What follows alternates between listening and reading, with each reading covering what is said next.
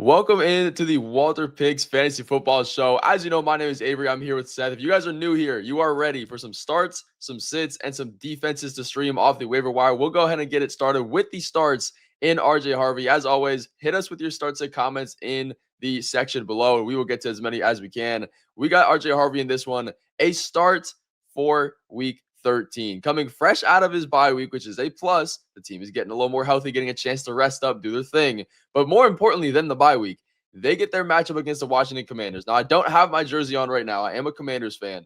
So I can speak on the fact on how bad our defense is right now. The whole team is banged up. We don't need to speak too much to that. But what we know, as you can see on the WalterPicks app, they're a top 10 defense and allowing fantasy points to opposing running backs. It is beautiful. And you look at RJ Harvey himself and his snap share. He had a 61% snap share last week, or I guess 2 weeks ago before the bye, when there was no J.K. Dobbins. He's out for the season with an injury. So this is putting R.J. Harvey into a RB1 role. He got 11 carries. That was almost his season high. Didn't have a ton of yards from it. You see, he wasn't too efficient, but it was one of the toughest defenses against the Kansas City Chiefs. Now he gets the complete opposite of that, and he does get receiving work as well. He doesn't really split snaps with anybody. So this is a guy coming into a matchup against the Commanders where we can put through in our starting lineup and not worry too much about it. Seth, what do you think about RJ Harvey? Well, just point out last week, I know the number one concern that I'd have if I heard someone telling me to start RJ Harvey was, well, he didn't do that good last week. But honestly, did he have the same amount of points as Jonathan Taylor? One less point than Jonathan Taylor had against this Chiefs defense. And that's just a testament to how good the Chiefs defense is. The bye week is also a great opportunity for rookies to take that next step. They have the opportunity to slow things down, work on some of the things that they wouldn't have time to work on a normal week. So I'm all in on starting RJ Harvey this week. Great opportunity with J.K. Dobbins out for the season. Trevion Henderson coming into this week.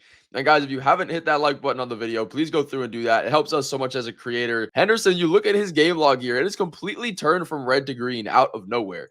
Last week, you see 11 fantasy points on the Cincinnati Bengals, 18 carries. What's important about last week is you see the involvement that he got while Ramondre Stevenson was healthy. That was his first game playing both of them together with Henderson as the RB1. He got a decent amount of usage in the receiving game. Again, he didn't have his 2 touchdowns on the ground like he's been having, but the usage is very, very inviting. He's efficient on the ground. Now he comes into a matchup against the New York Giants, which is, again, a very positive one. And you look at the rest of the season schedule here on the WalterPicks app, it's all green. Like the rest of the year is pretty positive. Now, there is definitely some things to worry about because they were splitting a decent amount in this backfield. And Seth, I want to get your opinion on what you think about RJ Harvey because he's not necessarily the safest start, but somebody I'm considering putting in my lineup.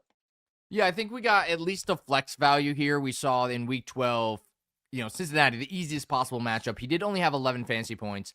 I personally have some reservations. I'm someone that was like, Trevion Henderson, it's not going to work out. They really don't want to use him. We saw on the goal line, Ramondre had 2 carries. One of their other backup running backs, their third string guy, had another carry. Henderson got 0 on the goal line. That is something to watch out for. That is something that concerns me because it's a lot harder to get those touchdowns. Now, he's a breakaway guy. He can have those big plays. But what we saw in this game against the Jets was he had all the work.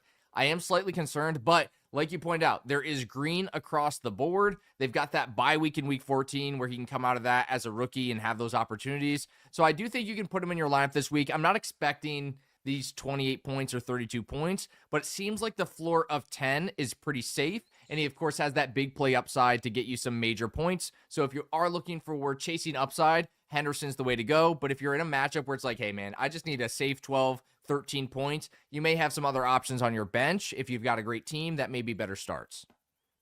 And speaking of the ceiling and floors for this week, a guy that is kind of the embodiment of that is Shakir. This is a man that will put up 17, that'll put up 1, that'll put up 20 again. But now he's coming into a matchup this week, Seth, and I know you can speak on this, against the Pittsburgh Steelers. This defense has been a little up and down. I'm not going to lie. When we look at the fantasy point number, they're allowing a good amount to opposing wide receivers here. And if we have Keon Coleman benched by coach's decision again, just for missing team meetings, this could be another spot where he has an absolute heater of a game. We know the Bills haven't been winning all of their games recently, so they need to make a statement piece against this Steelers defense. And again, with how positive it is, the fact he's a slot wide receiver, how many routes he's running, how many targets he's getting, this is a guy that I'm trusting, even though he looks a little bit boomer bust. Seth, what do you think about Shakir coming into week 13? Yeah, I think he's actually a pretty solid start this week. I know some people may be worried about like this game against Tampa Bay. He was injured in that game, rib injury. I don't know about you guys, but I certainly would not want to be tackled by an NFL player regardless, but as well as having a rib injury. That sounds awful. So being injured, he was out there working hard for the team, doing what he could to try to help them get a win. But he looked healthier last week against Houston. This was, of course, an extremely positive game script for the Bills, where they were needing to pass, needing to move the ball in quick situations. They found themselves down in the game. But I will also note they did have that kick return for a touchdown, taking away some of their opportunities. They lost a couple plays there. Of course, the Bills like that, but our fantasy points don't love that, and he still ended up with 17 points. So against the Steelers who have struggled, I think he's a good start. And the 11 points we've got in the WalterPicks app, I think is a pretty safe projection. And then, of course, we always hope he can get in the end zone or have one of these games like he did last week where he has that boom potential like you were talking about, Avery, where he can score you 17, 20 points. And when we look into the tight ends, guys, we will go through every single position for the starts, sits, and everything else. Dalton Schultz is a guy that I have my full trust in this week. Now, last week, on some of the live streams, some of the things we talked about, I was calling the Dalton Schultz disappointment game. The Buffalo Bills are allowing the number one least amount of fantasy points to tight ends, and that ended up holding true. He only had one reception. So, again, that was more of a matchup thing than it was a Dalton Schultz thing. Now he comes into this week against the Indianapolis Colts. They are a very positive matchup to tight ends. They're a good defense, but they just let the tight end slip in the defense. So this is one where we're coming through. We're trusting him. We're putting him back in our lineups. He's beating the case. It's not a bad matchup anymore. Regardless of who's starting at quarterback, if it's CJ Stroud, if it's Davis Mills, he still does get targeted at a decent rate. CJ Stroud does target the slot guys in the inside, tight end, short routes a little bit more than Davis Mills does. He likes to target the outside in the Nico Collins and the Jaden Higgins. But still, this is a spot where Dalton Schultz can come in and be a volume tight end for us. I would say borderline top 7 tight end pretty easily this week. Seth, what do you think?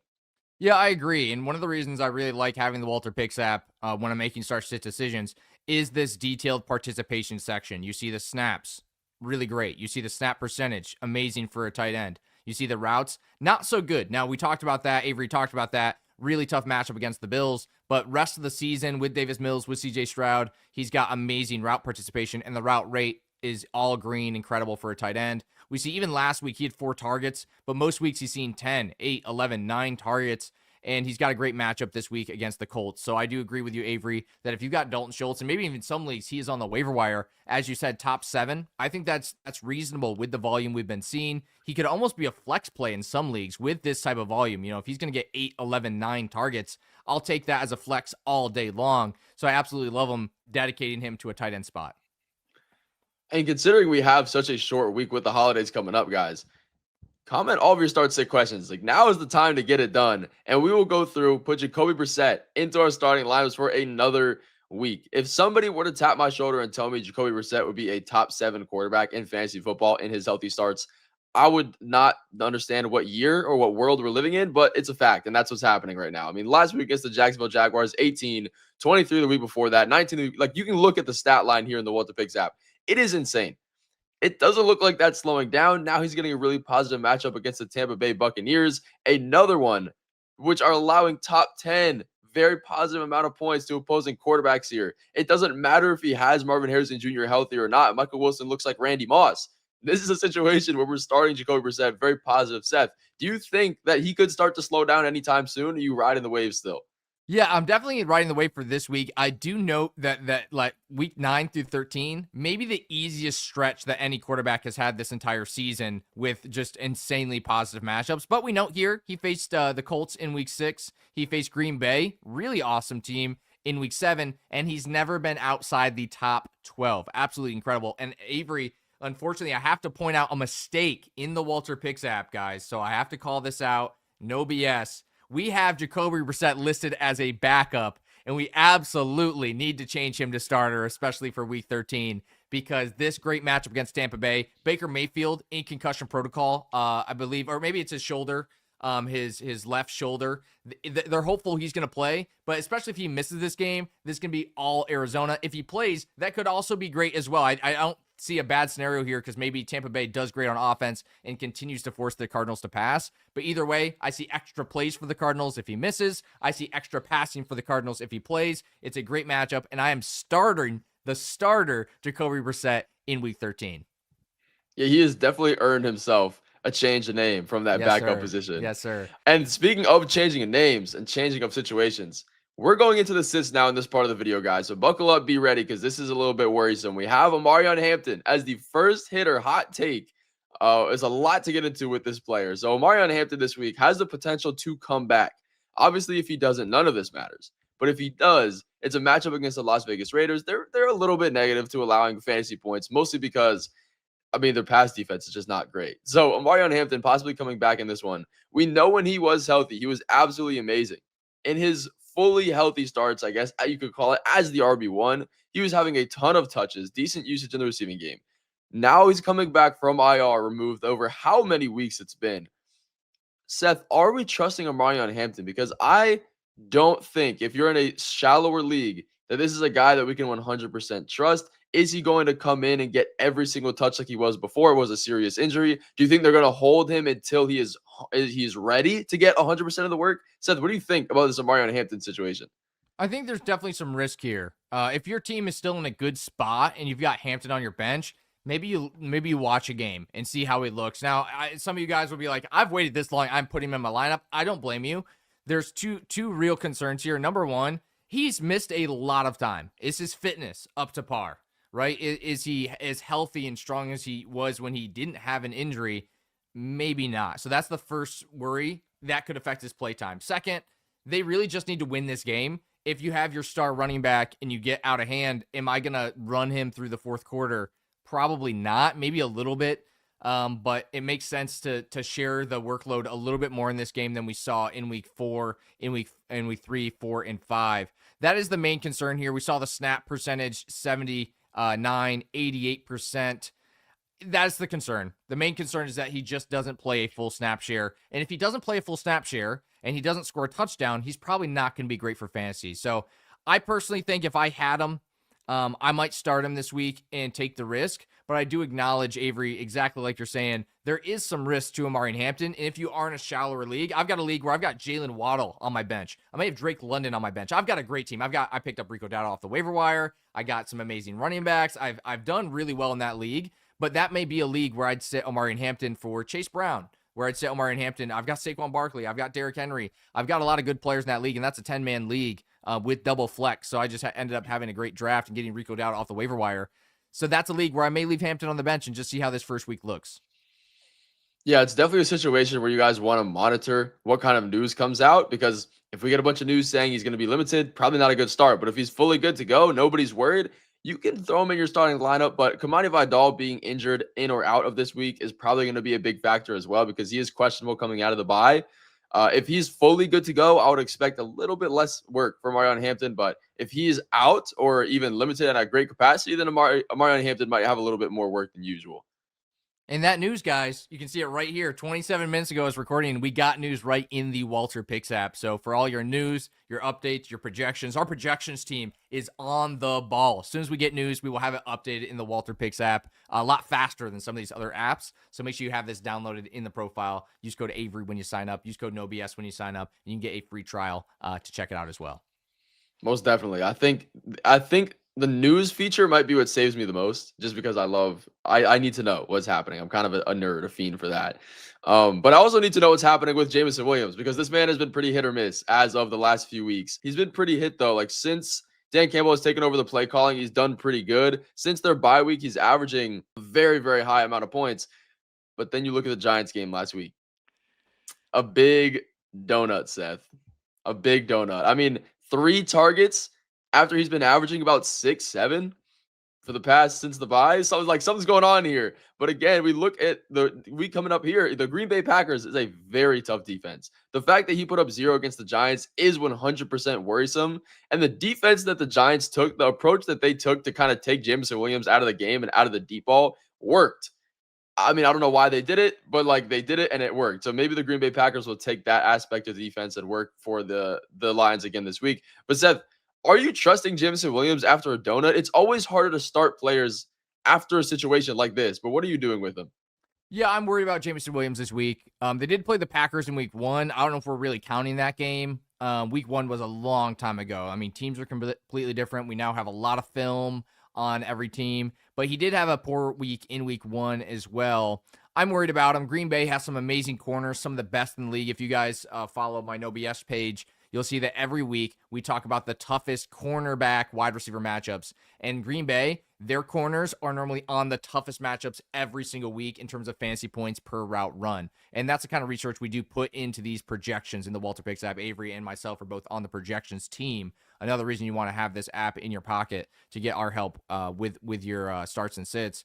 But I'm concerned. Not many targets last week. I think Green Bay will do the same strategy because I look at the Lions and I see there's two things you have to do. You have to stop Jahmyr Gibbs, which seems like an impossible task, and you have to stop Jameson Williams from scoring 3 touchdowns. Because if you can force Jared Goff to make a lot of throws, if you can force Jared Goff to kind of force the ball down the field, he hasn't been great. There's a lot of weeks where he just doesn't have a lot of fancy points. There's weeks where he doesn't look that good when they're behind. Now, I don't think Green Bay has the offense to even put up points and force them to pass without their defense putting them in that situation. But I think the Green Bay defense can do that by putting them on 3rd and long, forcing the pass. They're not going to let Jameson Williams over the top. They're going to force Detroit to march down the field. That's how the Green Bay Packers are going to win this game if they do.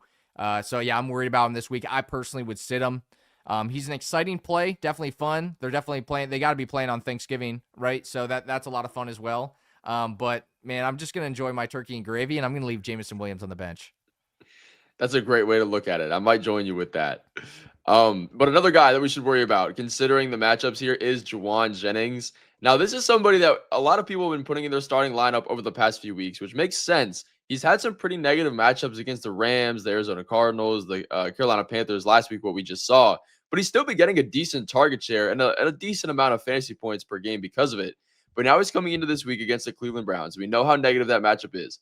And it seems like the inevitable of Ricky Pearsall getting more and more and more involved is only becoming a bigger issue as the weeks go on. I do think Jennings is a bit of a risk this week. Like, we know George Kittle is there. If one game where Ricky Pearsall decides to be Ricky Pearsall, like, this could really hurt Jennings. Now, that is speculative.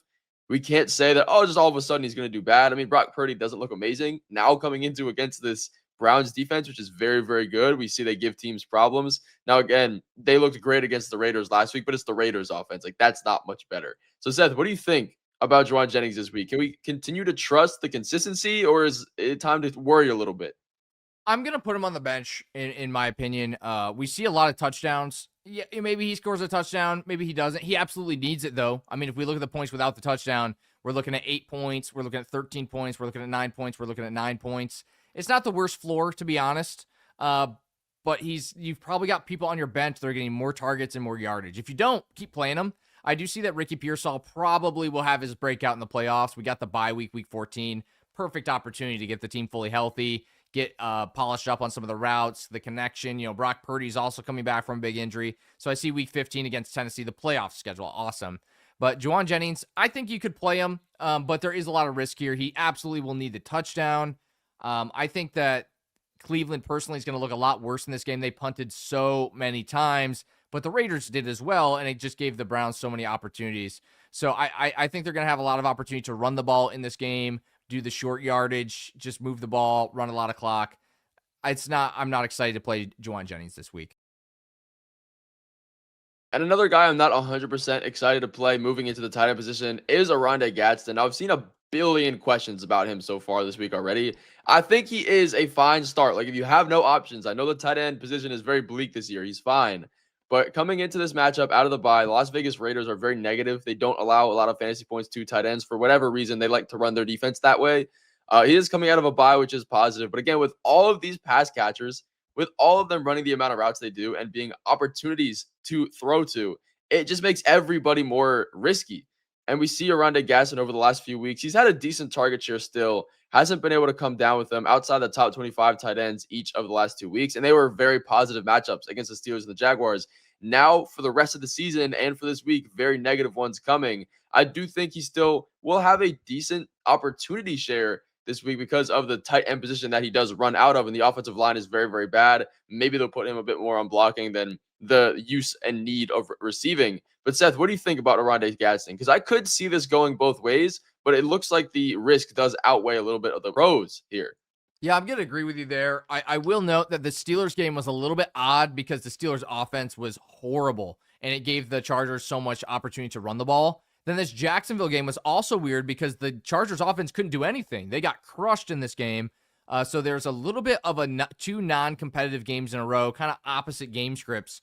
So that's just something to note. That's just something that I wanted to call out there. But I am with you this week. Tough matchup. Matchups matter.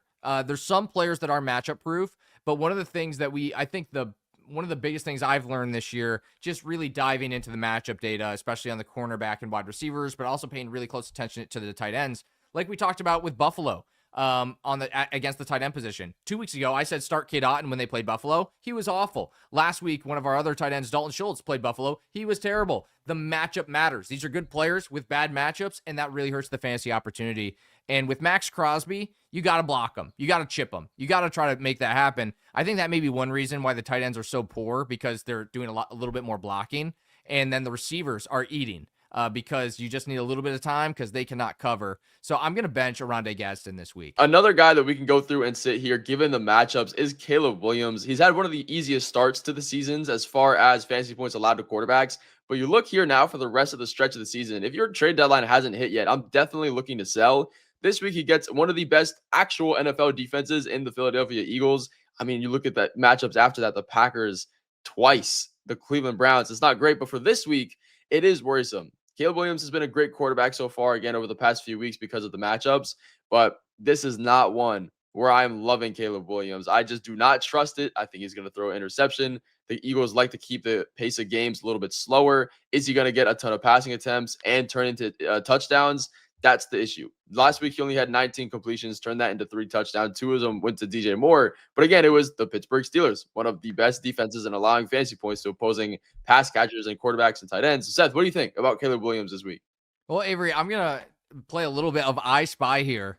I Spy 1 week where he's been good against a top defense, and it was week 1 against the Vikings. Every other week, he has been bad against at least decent defenses. We see the Raiders, 12 points. We see the Saints, 5 points. The Ravens, 12 points. The Vikings, again, 10 points. He has one good game, and that was week 1 against the Vikings. And if I remember correctly, they had maybe a huge comeback in that game. I'm trying to remember. It was like at the end of the game, he came back and made some plays. He only had 210 yards in that game. He did a lot of rushing. Yeah, he did have a rushing touchdown in that game and had 60 rush yards. Other than that, he has not been good against good defenses. So I'm looking at 4 straight really difficult matchups. I've got him in one of my leagues, and I'm definitely going to be benching him this week. I've got some other options, thankfully, but I'm leaving him on my bench against the Eagles, who are looking amazing right now. Yeah. And speaking of your bench, do not have these defenses sitting on them or on the waiver wire if they still are available. The Jaguars are going to be our #1 streaming option of the week. And if you can take a guess on what matchup they get, you could probably guess pretty easily. It is the Tennessee Titans. They are top 3 in allowing fantasy points to opposing defenses. This Jaguars team is actually very, very good at stopping the run. The pass defense is what's worrisome.